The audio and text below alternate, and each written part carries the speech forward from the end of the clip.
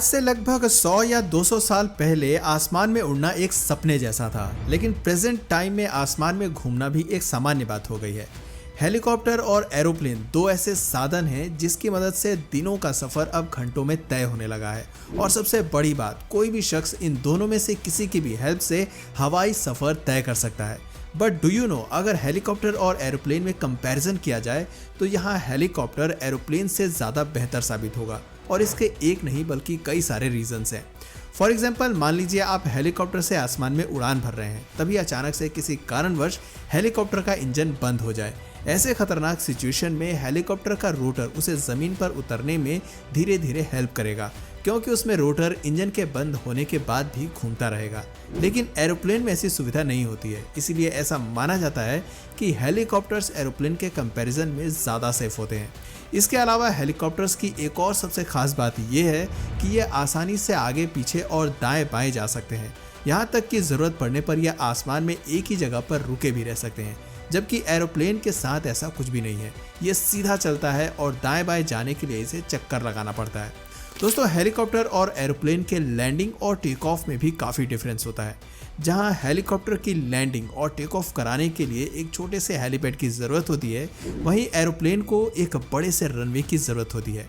Helicopters को हम खेतों में, घर के ऊपर, छत पर, यानी कहीं भी हम इसे उतार सकते हैं, जबकि एरोप्लेन को केवल रनवे पर ही उतारा जा सकता है। हेलीकॉप्टर के इन फीचर्स की वजह से ही आज इसका सबसे ज़्यादा उपयोग डिजास्टर्स के समय में किया जाने लगा है। फॉर एग्जाम्पल, जंगल में आग लगी हो और उस आग को बुझाना हो, समुद्र में फंसे लोगों को बचाना हो, या फिर बाढ़ या समुद्री तूफान में फंसे लोगों को वहां से निकालना हो, इन सभी कामों में हेलीकॉप्टर का इस्तेमाल सबसे ज़्यादा किया जाता है। इसके अलावा हेलीकॉप्टर की हेल्प से बड़े बड़े राजनेता, अभिनेता और अधिकारियों को एक जगह से दूसरी जगह ले जाया जाता है, ताकि उनकी सुरक्षा का पूरा ध्यान रखा जा सके। आई होप हेलीकॉप्टर की उपयोगिता को अब आप बहुत अच्छे से समझ गए होंगे। अब आइए हम हेलीकॉप्टर के इतिहास के बारे में भी जान लेते हैं कि हेलीकॉप्टर का इन्वेंशन सबसे पहले किसने और क्यों किया था। दोस्तों, जब आप इतिहास के पन्नों को पलट के देखेंगे तो आपको पता चलेगा हेलीकॉप्टर का इन्वेंशन करने का आइडिया चाइना से निकल कर आया है। चाइना में लगभग 400 ईसा पहले बांस का एक खिलौना बच्चों के बीच काफ़ी ज़्यादा पॉपुलर हुआ करता था। ये खिलौना एक घड़ी के रूप में था, जिसमें ऊपर की तरफ 2 पंख लगे होते थे। इस खिलौने को बच्चे अपने हथेली से रगड़कर हवा में ऊपर की तरफ छोड़ देते थे, जिससे ये खिलौना काफ़ी देर तक हवा में घूमने के बाद नीचे आ जाता था। आज मेले में जाने पर इन खिलौनों को आप देख पाएंगे। आज ये प्लास्टिक के बने होते हैं। उस समय किसे पता था कि चाइनीज लोगों द्वारा बनाया गया ये खिलौना भविष्य के लोगों के लिए एक वरदान साबित होगा। खैर, आज से लगभग 600 वर्ष पहले जब पूरी दुनिया में व्यापार तेजी से बढ़ने लगा, तब ये चीनी खिलौना चाइना से निकलकर यूरोप पहुंच गया, जहां लियोनार्डो दा विंची को इस खिलौने का डिजाइन काफी पसंद आ गया। उन्होंने इस खिलौने से इंस्पायर्ड होकर उड़ने वाली मशीनों के कई डिजाइन तैयार किए, लेकिन उनके द्वारा बनाए गए किसी भी डिजाइन को वैज्ञानिकों ने पसंद नहीं किया। इसके बाद जुलाई 1754 में रूसी वैज्ञानिक मिखाइल लोमोनोसोव ने मौसम की जानकारी देने वाले डिवाइस को हवा में ऊपर उठाने के लिए एक मॉडल तैयार किया। इस मॉडल में एक एक्सिस पर अपोजिट डायरेक्शंस में घूमने वाले 2 प्रोपेलर लगे हुए थे, और इनमें सबसे ऊपर की तरफ भी सेम वैसा ही प्रोपेलर बना हुआ था। मिखाइल का ये मॉडल आधुनिक हेलीकॉप्टर के डिजाइन से काफ़ी हद तक मिलता जुलता था।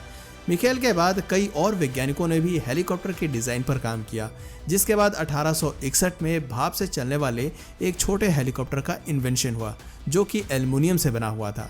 एल्युमिनियम से बने होने की वजह से इसका हवा में उठना काफ़ी मुश्किल था। इस छोटे से हेलीकॉप्टर से इंस्पायर्ड होकर साल 1878 में भाप से चलने वाले एक अन्य हेलीकॉप्टर का निर्माण किया गया, जो कि 39 फीट लंबा था। साथ ही ये पहला हेलीकॉप्टर था जिसने कुछ सेकंड्स तक हवा में उड़कर एक नया रिकॉर्ड बनाया था। हालांकि ये एक अनमैन्ड हेलीकॉप्टर था।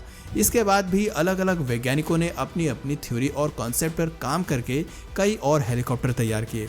इनमें से ही एक थॉमस एडिसन भी थे, जिन्होंने 1880 के दशक के अंत में हेलीकॉप्टर पर एक्सपेरिमेंट करने के लिए काफ़ी पैसे खर्च किए, पर उन्होंने जो मॉडल तैयार किया उसमें विस्फोट हो गया और इस हादसे में एक वर्कर घायल हो गया।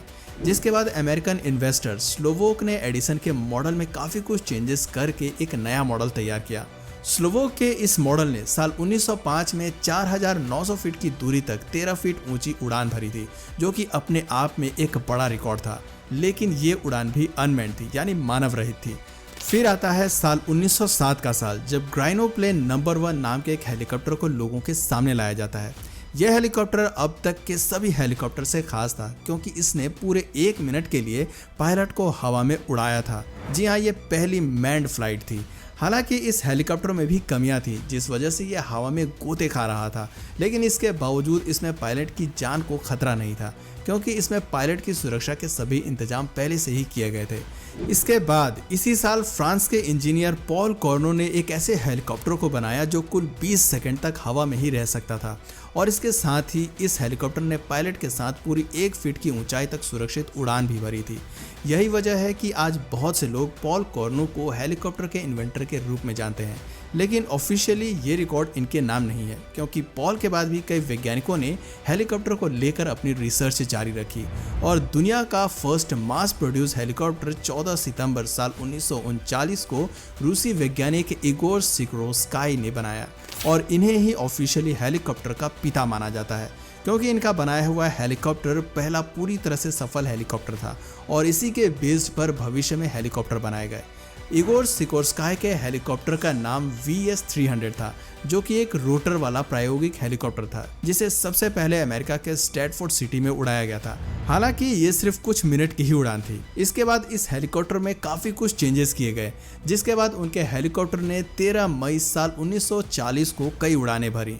इगोर सिकोर्स्काई एक रशियन अमेरिकन इंजीनियर थे। उन्होंने साल 1910 से हेलीकॉप्टर पर काम करना शुरू कर दिया था, जिसमें उन्हें पूरी तरह से सफलता साल 1940 में मिली।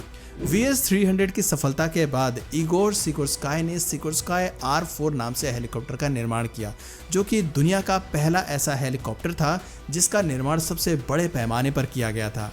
इस हेलीकॉप्टर को पॉपुलैरिटी इसलिए भी मिली क्योंकि इसमें 2 व्यक्ति बैठकर आसानी से सफर तय कर सकते थे। सिकोर्स्काई के R4 हेलीकॉप्टर का इस्तेमाल US एयरफोर्स ने सेकेंड वर्ल्ड वॉर के समय किया था।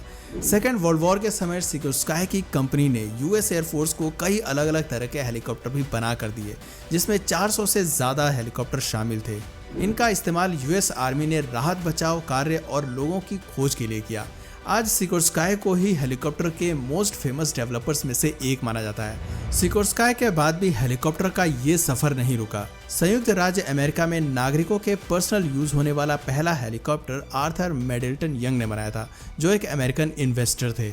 इसके बाद अमेरिकन एरोनॉटिकल इंजीनियर चार्ल्स कमान ने K-225 नाम के हेलीकॉप्टर को बनाया, जो कि 2 टरबाइन इंजन दुनिया का पहला हेलीकॉप्टर था, जबकि सुड एविएशन एलॉय 2 एक सिंगल टरबाइन इंजन वाला पहला हेलीकॉप्टर था।